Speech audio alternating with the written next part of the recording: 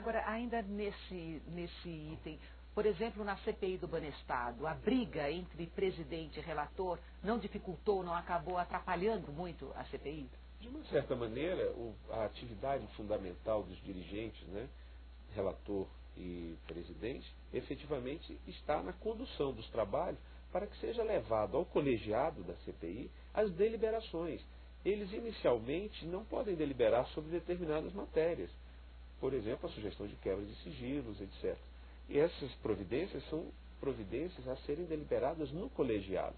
E, obviamente, se os dirigentes não se entendem ou agem de uma maneira tal para obstaculizar o desenvolvimento das apurações, tal conduta dificulta o trabalho, mas a dificuldade do trabalho está em apresentar ao colegiado as providências e as medidas a serem tomadas, ou permitir que os demais integrantes, que não são meros espectadores da CPI, proponham as suas sugestões de maneiras pelas quais a investigação pode ocorrer e tais proposições sejam votadas no colegiado. Então os dirigentes, na verdade, eles são os condutores, não é, das deliberações do colegiado, e as decisões serão propostas ao colegiado e serão deliberadas pelo colegiado. Como se viu na eleição, o colegiado não está,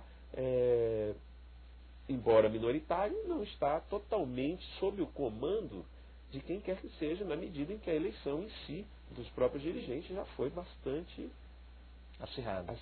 Agora, ainda na CPI do Banestado, não houve muito exagero por parte dos atuantes, de quem está ali na CPI, dos parlamentares, professor? Existe exagero, e justamente o problema é que, como disse bem o Dr. Saraiva, há uma expectativa de que os parlamentares se comportem com a neutralidade mínima dos juízes, dos magistrados. Quase sempre isso não acontece. Exatamente, porque eles são políticos, eles sabem que as decisões da CPI, sejam elas para seguir uma determinada estratégia ou criar obstáculos a essa estratégia, tem repercussão política.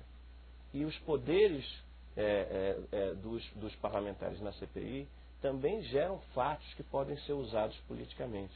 Então isso cria uma dificuldade muito forte a que essa neutralidade mínima dos parlamentares, membros da CPI, e especialmente, eu diria, do seu presidente, do seu relator, que conduzem os trabalhos, seja assegurada.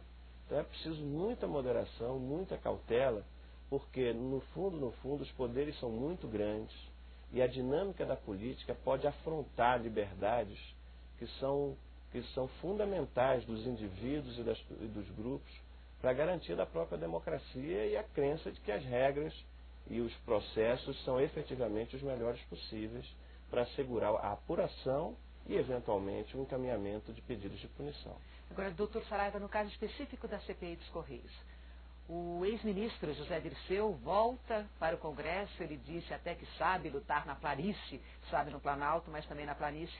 A presença dele agora no Congresso Nacional, na Câmara, pode dificultar, pode ajudar? Como pode ser essa participação dele na CPI dos Correios? A CPI tem uma característica interessante, não só porque ela é um dos diversos órgãos, né, aproximadamente 7, que já estão investigando o mesmo episódio, como tem por alvo muitos parlamentares e alguns hoje ministros, que são autoridades que têm características e proteções jurídicas diferenciadas, inclusive para depor, inclusive para se sujeitar à investigação.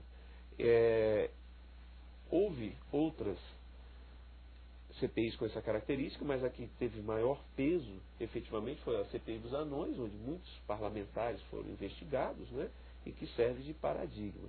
O que nos parece é que a opção atual do ex-ministro, hoje deputado, é necessariamente um embate político.